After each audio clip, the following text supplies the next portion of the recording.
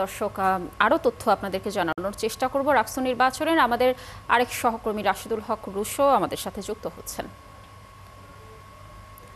Russo, দ্বিতীয় ঘন্টা চলছে ভোটের। প্রার্থী ও ভোটারদের কোনো অভিযোগ এখনো পেয়েছেন কিনা, ভোটের পরিবেশ কেমন দেখছেন, নিরাপত্তার তথ্য জানবো আপনার কাছ থেকে, এবং কোন কেন্দ্রে রয়েছেন সেটিও জানাবেন।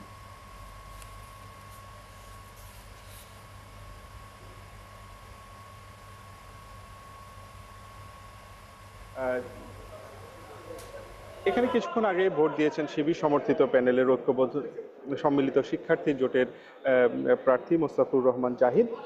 এছাড়াও আমরা কিছুক্ষণ আগেই দেখেছি যে এখানে রাজশাহী বিশ্ববিদ্যালয়ের উপাচার্য তিনি এখানে এই কেন্দ্রটি পরিদর্শন করেছেন। তো এখানে আসলে ঠিক সময় মতোই ভোট শুরু হয়েছে এবং এখানে নির্বিঘ্নেই ভোট চলছে। আমরা দু একজন ভোটারদের সাথেও কথা বলেছি, তাদের পক্ষ থেকেও আসলে কোনো ধরনের যে কোনো অভিযোগ সেটি পাওয়া যায়নি। তারাও বলেছেন যে না, নির্বিঘ্নে ভোট দিতে, যেহেতু পদ অনেকগুলো, ভোট দিতে কিছুটা সময় লাগছে, তো সেই সময়টি নিয়ে আসলে তারা কথা বলছেন। আমরা এখানে দেখতে পাচ্ছি যে রাজশাহী বিশ্ববিদ্যালয়ের উপাচার্য তিনি এখানে অপেক্ষা করছেন। কিছুক্ষণের মধ্যে তিনিও গণমাধ্যমে কথা বলবেন, আসলে তার অনুভূতিও আমরা হয়তো জানতে পারবো রাকসু নিয়ে।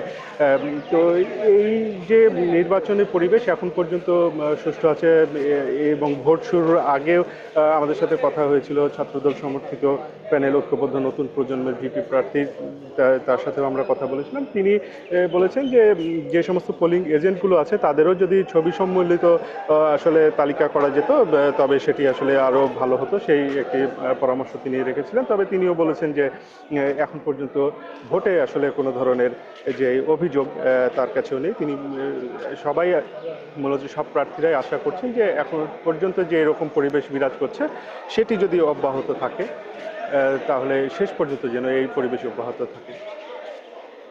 ধন্যবাদ আমাদের সাথে যুক্ত থাকার জন্য। আপনি থাকুন।